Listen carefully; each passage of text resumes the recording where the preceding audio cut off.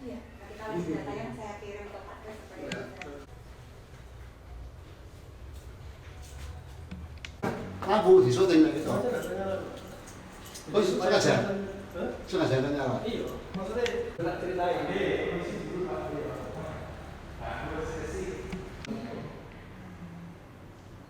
Ini sengaja nak nyalakan kamu mas. Kamu nak ambil suara toh, mau kampanye aja. Minta. Boleh nanti kalau kau teriak as a guide, monggo. Baptisan dan ini ya, baptisan di sini. Oh ada posisi sendiri ya.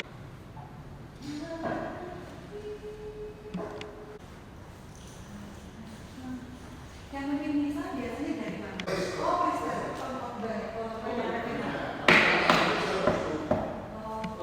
Udah, teman-teman mahasiswa itu ngomongnya itu syaratnya Pak. Dari filosofi jelas, karena kelihatan fotonya bersama kita dengan bikin ya. Tunggu aja. Sehingga aku bilang tema itu matanya dengan itu. Iya. Tapi orang nggak pernah. Iya.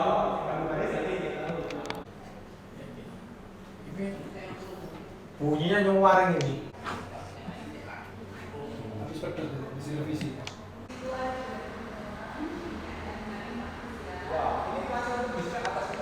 Rumahnya bel. Itu memang untuk angin-angin. Untuk hawa panas keluar ke atap. Jadi lihat dari ketebalannya dari Oh, ketebalan temboknya ya? ini berapa ini? Ini 3. 3 ya? Jadi ini 20. 20.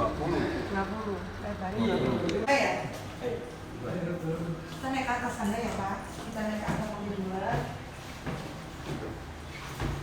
Ini masih lama ya? Asli. Ini asli. Iya. Cantik. Pernah cerita proyek awalnya nggak lupa ya deh. Mana ini?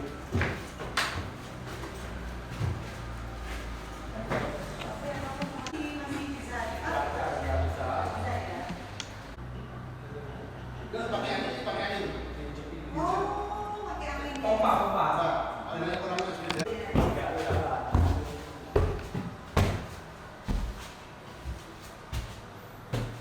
Nah itu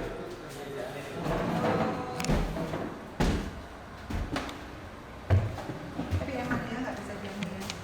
Ini pasti luar gitu ya? Iya pasti. Pasti luar. Produksi bakal. Mbak coba Mbak.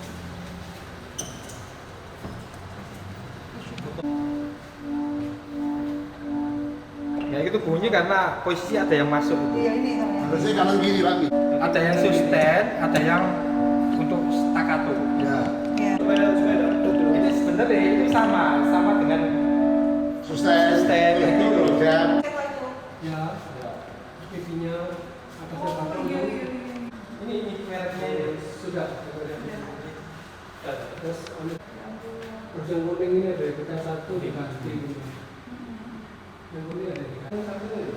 Kayak bulog, kalau mereka diganti masih lukis, tapi bagus maksudnya. Itu mungkin ya, kalau kita nyemak lain. Yang itu atas itu ya? Atas itu, iya kayaknya itu. Actually ini tahun baik. Ini adalah Kenapa kok orang nggak punya passion? Sini. Orang tuanya kan nggak, ini kan itu prinsipnya. Gini, Gereja Katolik Bebas ini dibangun tahun 1923. Jadi era kolonial waktu itu. Tujuan dibangunnya ini agar jemaat Katolik Bebas yang berbeda dengan Katolik Roma itu bisa beribadah dalam satu lokasi yang nyaman. Jadi seperti itu. Jadi ini punya keunikan. Keunikan apa? Peletakan batu pertama diletakkan oleh kelompok Mason yang bernama Saint Germain. Jadi kalau kita lihat di platnya prasasti di samping gereja itu ada tulisan itu di tahun 1923 ada peletakan batu pertama oleh kelompok Mason Saint Germain. Jadi seperti itu. Dan nilai plusnya gedung ini adalah gereja ini itu tetap ada walaupun ada banyak aliran yang lain, tapi ini punya ciri khas yang unik, yaitu secara liturgi itu ada banyak perbedaan dengan Katolik Roma. Terus kedua, gedung ini sudah menjadi cagar budaya. Waktu itu Bu Risma yang menjadi wali kota menetapkan bangunan ini menjadi cagar budaya, usulan dari tim panitia tim cagar budaya Surabaya. Jadi seperti itu. Jadi ini menerima banyak umat dari berbagai latar belakang agama. Mereka menerima siapapun yang boleh masuk ke gedung gereja untuk beribadah maupun berinteraksi dengan anggota jemaat yang lain yang ada di tempat ini. Gitu. Oke, artinya masih eksis nih Mbak ya? Masih eksis ya? Ya, gedung ini menjadi tempat ibadah satu-satunya Katolik bebas yang paling eksis di Indonesia. Ada sih yang di Jakarta maupun Bandung, Bandung malah nggak ada sama sekali jemaatnya. Di sini paling banyak, paling eksis dan paling istilahnya oke lah bagi anak muda untuk belajar di tempat ini maupun beribadah di tempat ini. Mantap banget karena ini menerima dari segala umat. Oke. Ya, siap Pak Grace. Ini adalah salah satu aliran dari Katolik yang paling besar di dunia, Katolik Roma. Ternyata ada banyak pecahan-pecahan Katolik seperti Anglikan, Ortodoks dan sebagainya. Gereja Katolik bebas kita ini adalah salah satu dari pecahan Gereja Katolik Roma. Aslinya namanya dalam bahasa Inggris adalah Liberal Catholic Church, bukan Gereja Katolik bebas. Cuman waktu zamannya Soekarno yang berbau-bau Amerika, bau imperial itu dimusuhin kan, bebas liberal. Jadi akhirnya kita merubah nama jadi Gereja Katolik bebas. Itu yang membedakan dengan Gereja Katolik Roma. Kalau di Gereja Katolik Roma itu bentuknya dogmatis, jadi semua harus nurut peraturan gereja dan seterusnya dan seterusnya. Sedangkan kalau di Katolik bebas kita percaya dengan 3 hukum alam yang utama. Kalau bahasa Indonya karma, evolusi, inkarnasi. Nah, karena kita mengakui inkarnasi, kita pelajaran utamanya dipegang oleh gereja, tetapi application di dalam kehidupan sehari-hari itu tergantung dari niveau perkembangan spiritual dan inkarnasi masing-masing. Itu yang terutama berbeda dengan agama Katolik Roma. Kalau misalnya di gereja kita hampir sama seperti Katolik, cuman pastor kalau di Katolik Roma, kalau di sini istilahnya priester itu menghadap ke altar. Kalau di Katolik Roma setelah ada pertemuan Vatikan yang keberapa, pastornya menghadap ke jemaat ya, untuk nggak tahu kenapa mereka rubah seperti itu.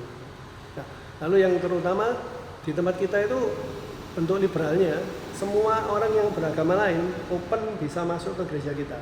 Jadi Anda Muslim, Kristen, Anda tidak beragama sekalipun silakan.